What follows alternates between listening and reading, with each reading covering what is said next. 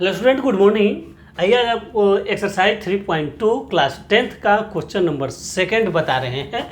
इस सेकंड में आपको क्या करना है, 3 क्वेश्चन दिए हुए हैं जिसको कंपेयर करके आपको बताना है कि इसका ग्राफ कैसा होगा। अगर आपको ये बात समझ में नहीं आएगी तो प्लीज़ हमारा जो इंट्रोडक्शन वाला चैप्टर है, जो वीडियो है, उसको प्लीज़ आप ज़रूर देखिए। इंट्रोडक्शन में मैंने सब कुछ बताया है। अब देखिए यहाँ पर क्या है, यह A1/A2 B1/B2 C1/C2, यह A है, यह B है और यह C है, यह A2 है, यह B2 है, यह C2 है। तो आप यहाँ पर लिख सकते हैं A1/A2 equal to B1/B2 equal to C1/C2। अब आपको A1 की जगह पर क्या लिखना है 5 और A2 की जगह पर क्या लिखना है 7 इक्वल टू B1/B2 मतलब 4/6। अब ये दोनों बराबर है या नहीं है ये आप देख सकते हैं। अगर कटने वाला है फ्रैक्शन तो उसको आप काटिए, उसको सिंपलेस्ट फॉर्म में लाइए, और अगर नहीं सिंपलेस्ट फॉर्म में आने वाला है आप इसको सिंपल कर सकते हैं। जैसे देखिए 2 दूना 4, 2 तिया 6, तो ये क्या हो गया 5/7 इक्वल टू 2/3।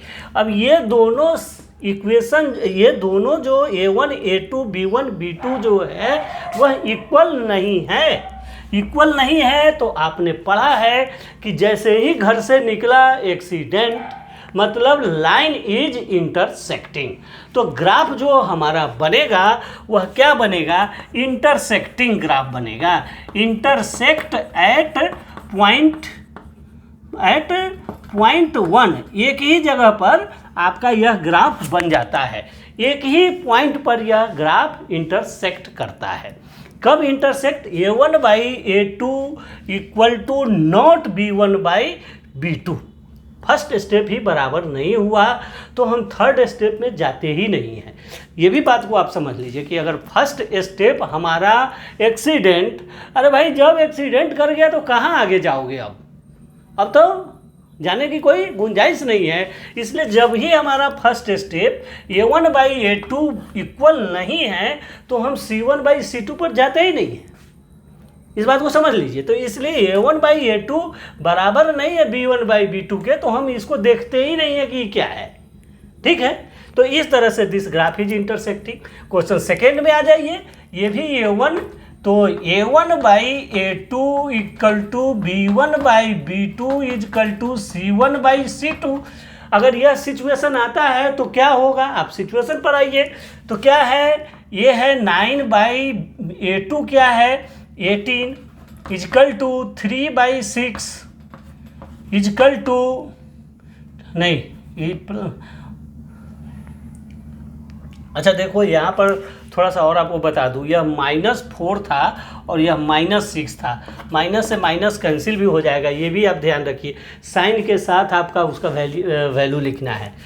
और दूसरा क्या है 3/6 इक्वल टू 12/24। C1/C2 का मतलब 12/24। आप इसको काट सकते हैं।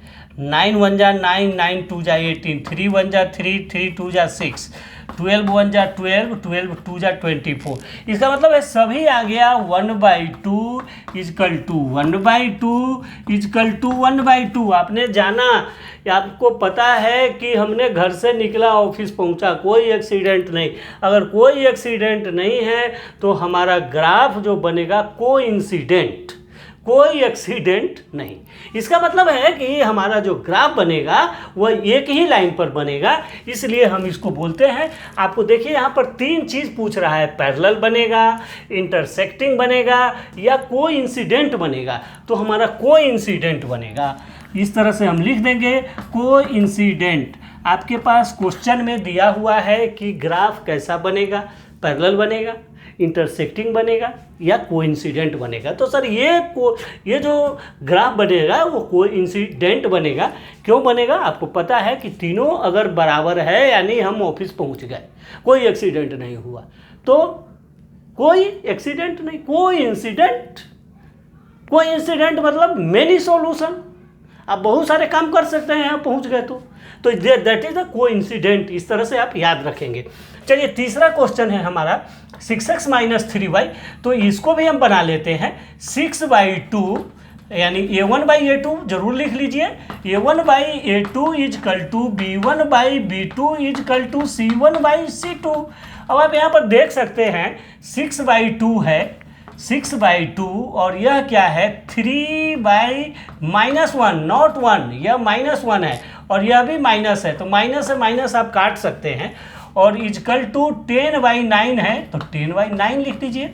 अब क्या है ये कट सकता है 6/2 तो यह हो जाएगा 3/1, तो आप लिख सकते हैं 3/1 is equal to 3/1 is equal to not 10/9।